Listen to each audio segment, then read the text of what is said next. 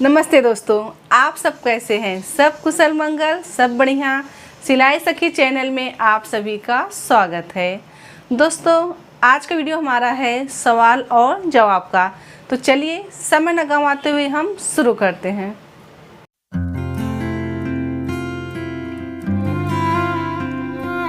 पहला कमेंट है पूजा सिंह जी का। इन्होंने कमेंट करके पूछा है, मैडम मुझे टक्स लगाने नहीं आता, मुझे बताओ। तो पूजा जी, टक्स लगाना बहुत ही आसान है। जो आपने वीडियो देखा है उसमें हमने अच्छे से बताया है, फिर भी हम आपको एक बार बता देते हैं। देखिए, जब हम टक्स लगाते हैं तो सबसे पहले चेस्ट का चौथा भाग लेना है। जो भी साइज का बनाएंगे चेस्ट का चौथा भाग लेना है, उसमें 1 इंच आपको प्लस करना है। हाँ, कभी कभी कैसा लेंथ के ऊपर भी रहता है, जैसे कि आपका लेंथ ज़्यादा है तो थोड़ा टक्स पॉइंट हमारा 1 इंच नीचे आ सकता है, इस तरह से। और हाँ, जो हम मेन टक्स लगाते हैं बस्ट पॉइंट पे, उसके साइड से आपको 1.5 इंच छोड़ के टक्स लगाना है। और जो आर्म होल में जाता है वो 2 से 2.5 इंच रहता है, फिर उसके बाद आपको क्रॉस में ले लेना है।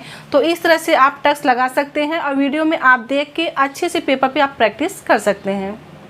अगला कमेंट है दीपिका चौहान जी का। इन्होंने कमेंट करके पूछा है, मेरा बैक फ्रंट से बड़ा हो जाता है, ऐसा क्यों?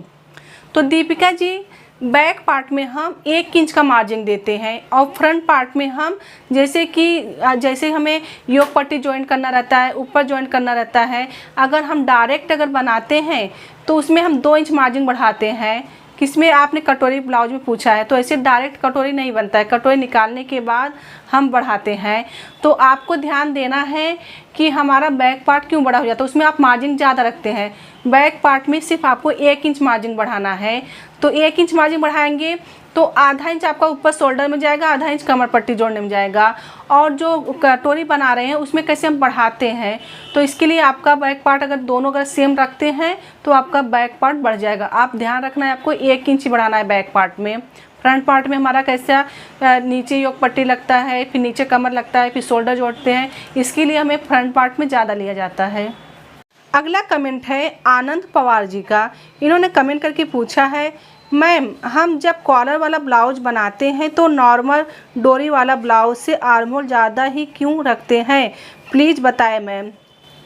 आनंद जी, जब हम कॉलर वाला ब्लाउज बनाते हैं तो उसकी जो गहराई होती है आर्म होल की वो कम मिलती है, क्योंकि चेस्ट का चौथा भाग लेते हैं।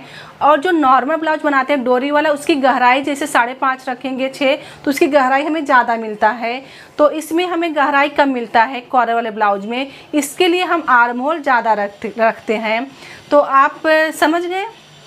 अगला कमेंट है रीदा जी का। इन्होंने कमेंट करके पूछा है, मैं ब्लाउज सीती हूँ लेकिन आर्म होल में टाइट होता है, ऐसा क्यों, और शोल्डर गिरता है। तो रीदा जी, आपका जो शोल्डर गिरता है, आपको शोल्डर कम रखना है। अगर आप नॉर्मल ब्लाउज बनाते हैं तो आपको शोल्डर कम रखना है। अगर आप कॉलर का ब्लाउज बनाते हैं तो शोल्डर का हाफ लेना है आपको। हाँ, जो आप बोले आर्म होल हमारा टाइट हो जाता है, तो ऐसा क्यों होता है, हम अच्छे से मेजरमेंट करना है आपको। आर्म होल की जो पूरा आपको आर्म होल की गोलाई देख लेना है, इंच टेप लेना है, आपको पूरा गोलाई राउंड में नाप लेना है। तो उसका हाफ देखना है कितना है, उससे आप 1.5 इंच बढ़ा दीजिए। तो आप 1.5 इंच बढ़ा के आप फिटिंग कर दीजिए, आपका आर्म होल कभी टाइट नहीं होगा। अगला कमेंट है शंकर दीक्षित जी का। इन्होंने कमेंट करके पूछा है, दीदी 40 चेस्ट में आपने 4.5 क्यों लिया? तो शंकर जी, ये 4.5 हमने गले की तरफ से लिया। अभी जैसे कि आपका जो भी चेस्ट का साइज होता है, इसमें हम 8वां भाग यूज करते हैं। अब 40 का चेस्ट है तो 8वां भाग 5 इंच आएगा। तो कमर की तरफ से, जहाँ हमारा कमर मतलब लेंथ ख़त्म होता है, वहाँ से ऊपर आना है बस्ट पॉइंट के निशान पे। जो हमारा बस्ट पॉइंट है तो उसके नीचे आपको आना है। तो चेस्ट का 8वां भाग लेना है। तो 8वां भाग हमारा 5 इंच आएगा। तो 5 इंच में हमने आधा इंच कम किया, आधा इंच कम करके ये लाइन लिया। जो बटन पट्टी हम लगाते हैं इसकी साइड से जो आता है हमारा टक्स, तो हमने यहाँ से 4.5 लिया, फिर वो लाइन को सीधा कर दिया, बस्ट पॉइंट वाला लाइन को। तो इस तरफ से हमने 4.5 लिया। तो शंकर जी, आप नोट कर लीजिए, आप कोई भी साइज का अगर बनाइएगा तो चेस्ट का 8वां भाग लीजिए और उसमें आपका आधा इंच कम कर दीजिए। अगर आप यहाँ से निशान लगाते बटन पट्टी के तरफ से साइड से, और यहाँ से आपको 8वां भाग में आधा इंच कम करना है, आप नोट करके रख लीजिए। अगला कमेंट है शारदा दास जी का। इन्होंने कमेंट करके पूछा है, तो इन्होंने जो कमेंट किए हैं ये कटोरी ब्लाउज है, तो इसमें कैसे हमने आगे से 2 इंच बढ़ाया है। तो इस पार्ट में इन्होंने वीडियो में पूछा है, इस पार्ट में कपड़े में कुछ बढ़ाना नहीं है क्या? तो शारदा जी, जो आपने वीडियो देखा है ये कटोरी ब्लाउज है। जब भी हम बनाएंगे तो 2 इंच छोड़ के इसके बाद डायग्राम निकालते हैं। जब हम कपड़े पर रखते हैं तो कटोरी को हम क्रॉस में रखते हैं। ये क्योंकि सीधा निकला हुआ है, कटोरी हमारा कपड़े पे क्रॉस रखना है, तो इसमें कुछ चेंजेस नहीं करना है।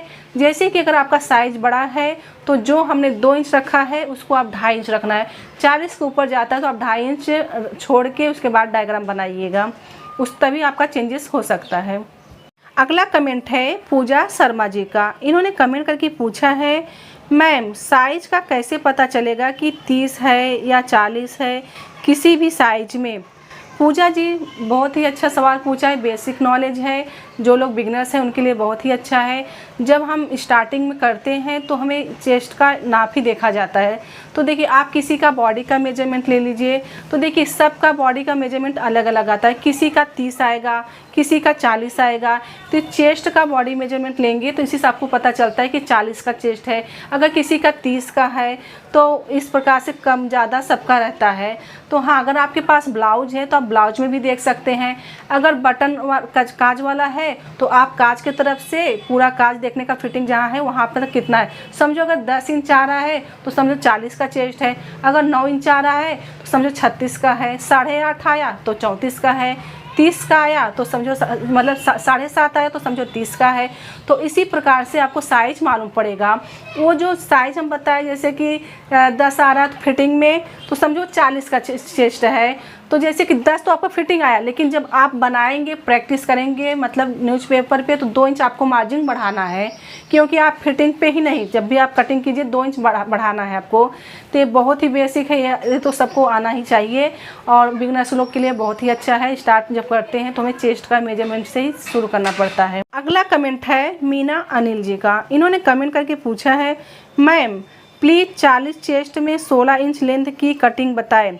तो मीना जी, जो भी अगर 40 चेस्ट का वीडियो देख रहे हैं उसमें लेंथ का है, तो लेंथ आप नीचे से बढ़ा सकते हैं, उसमें कुछ भी नहीं है। आप आर्म होल सेम रखिए, शोल्डर सेम रखिए, सिर्फ आपको लेंथ बढ़ाना है। समझो 14 का लेंथ तैयार है, उसमें 15 लिया गया, आपको 16 पे चाहिए तो आप 17 पे ले लीजिए। कुछ भी मतलब इसमें चेंजेस नहीं करना है। आर्म होल सेम रहेगा और शोल्डर सेम रहेगा, सिर्फ लेंथ बढ़ेगा आपका। जैसे अगर कटोरी ब्लाउज बनाते हैं तो योक पट्टी आप 1 इंच नीचे बढ़ा लीजिए। योक पट्टी अगर बढ़ाते हैं तो बैक पार्ट में भी आपका 1 इंच बढ़ेगा। तो इस प्रकार से आप लेंथ बढ़ा सकते हैं। अगला कमेंट है श्रेया कुलकर्णी जी का। इन्होंने कमेंट करके पूछा है, कंधे से ब्लाउज नीचे आता है उसके लिए क्या करना चाहिए? श्रेया जी, जो अब कंधा आपका जैसे कि नीचे आता है तो उसके लिए हमें शोल्डर कम रखना है। गला की जो नेक होता है, मतलब जो यहाँ से हम 2 इंच लेते हैं, 2.5 इंच, 2.25 इंच लेते हैं, आपको 2 इंच रखना है अगर आपका शोल्डर गिरने का शिकायत है।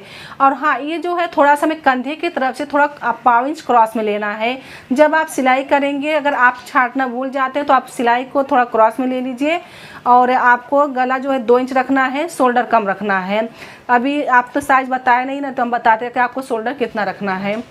अगला कमेंट है सेजर बर्मन जी का। इन्होंने कमेंट करके पूछा है, क्या आपने मार्जिन भी इसी में ऐड किया है, प्लीज़ बताएं।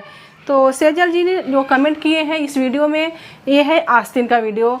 तो इसमें चेस्ट का चौथा भाग लिया जाता है, तो इसमें मार्जिन ऐड नहीं किया जाता। एक फार्मूला है कि चेस्ट का चौथा भाग लेना, तो चेस्ट का चौथा भाग आप लेते हैं तो आपका एकदम परफेक्ट आता है। हाँ, अगर आपकी सिलाई में कुछ मिस्टेक होता है, आपका नहीं छोटा हो जा रहा है, तो आप उसमें 1 इंच आप बढ़ा सकते हैं, 1 इंच आप बढ़ा के लीजिए।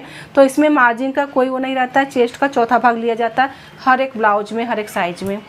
अगला कमेंट है पूजा जी का। इन्होंने कमेंट करके पूछा है, दोनों बैक फ्रंट दोनों बराबर आता कैसे है? तो पूजा जी, जो आपने वीडियो में कमेंट किए हैं वो आस्तीन का वीडियो है। जब हम एक साथ कटिंग करते हैं तो बराबर आता है, फ्रंट पार्ट में उतना आता है उतना बैक पार्ट में भी आता है। तो ये स्लीव्स में हम कम ज़्यादा नहीं होता है। आप अच्छे से आप लगाएंगे तो आप अगर स्लीव्स जब लगाते हैं आपका बराबर नहीं आता, तो आपका ये जो शोल्डर है, ये जो सेंटर बताता है, ये सेंटर से आपको एक पार्ट लगा लेना है, फिर दूसरे पार्ट लगाना है, तो आपका बराबर आएगा। अगला कमेंट है सुनीता शर्मा जी का। इन्होंने कमेंट करके पूछा है, अगर सिंपल ब्लाउज बनाए विदाउट योक का कैसे करेंगे? सुनीता जी, मैंने इसका वीडियो डाल रखा है, विदाउट योक वाले को बोलते हैं 4 टक्स ब्लाउज। तो हमने इसका वीडियो बना के रखे हैं, आप हमारे चैनल पर सर्च करके आप देख सकते हैं। विदाउट योक वाला उसको बोलते हैं सिंपल 4 टक्स ब्लाउज। अगला कमेंट है अनिल जी का। इन्होंने कमेंट करके पूछा है, मैडम जी मैं भी सिलाई सीखना चाहती हूँ लेकिन मुझे कटिंग करना नहीं आता है। तो अनिल जी, आपको कटिंग करना नहीं आता है तो आप न्यूज़पेपर पे प्रैक्टिस कीजिए। आप वीडियो को देख देख के रोक के उसको आप कैसे कैसे लिया जाता है, लेंथ चौड़ाई, तो उस हिसाब से आप प्रैक्टिस कर सकते हैं। आप 1 बार 2 बार 3 बार प्रैक्टिस करेंगे तो आपको कटिंग करना आ जाएगा, बहुत ही आसान है। अगला कमेंट है कविता जी का। इन्होंने कमेंट करके पूछा है, मैम योक पट्टी में मार्जिन नहीं लेना है क्या? कविता जी, जो आपने कमेंट किए हैं, ये वीडियो है मद्रास कट, तो इसमें आपको मार्जिन नहीं लेना। देखो 2 तरीके से होते हैं। अगर हम कटिंग जब करते हैं तो जैसे कि फ्रंट पार्ट और बैक पार्ट अगर एक साथ कटिंग करते हैं तो हम 1 इंच का मार्जिन दोनों में मिलाते हैं। बैक पार्ट में आपको 1 इंच मार्जिन मिलाना है, आधा इंच आपका ऊपर से जाएगा, आधा इंच आपका नीचे से जाएगा। तो बैक पार्ट का तो कंप्लीट हुआ। अब आता है फ्रंट पार्ट में, तो फ्रंट पार्ट में भी आधा इंच ऊपर जाएगा, आधा इंच नीचे जाएगा। लेकिन जब हम बीच में योक पट्टी लगाते हैं अगर, तो उसके लिए क्या करना होगा, या तो हम पहले से उसमें 2 इंच मार्जिन मिला लें या 1.5 इंच मार्जिन मिला लें फ्रंट पार्ट में, फिर योक पट्टी हम जॉइन करेंगे तो हमारा बरोबर आ जाएगा। नहीं तो हम क्या करते हैं, उसमें योक निकाल के पेपर पे, न्यूज़पेपर पे हम बनाते हैं जब, तो योक निकाल के उसको हम जब कपड़े पे रखते हैं तो पाव इंच हम बढ़ाते हैं, जो कि हमारा योक पट्टी जब लगाते हैं नीचे से तभी जाता है सिलाई, तो उसके लिए हमें मार्जिन बढ़ाना पड़ता है। तो दोस्तों, सवाल और जवाब का सिलसिला अब हम यहीं ख़त्म करते हैं। हाँ, अगर आपके मन में भी कोई सवाल है, कोई डाउट है तो हमें कमेंट करके ज़रूर बताएं, तो हम अगले संडे आपके सवालों का जवाब ज़रूर देंगे। तो समझें, सीखें, सफल बने। मिलते हैं अगले क्लास में।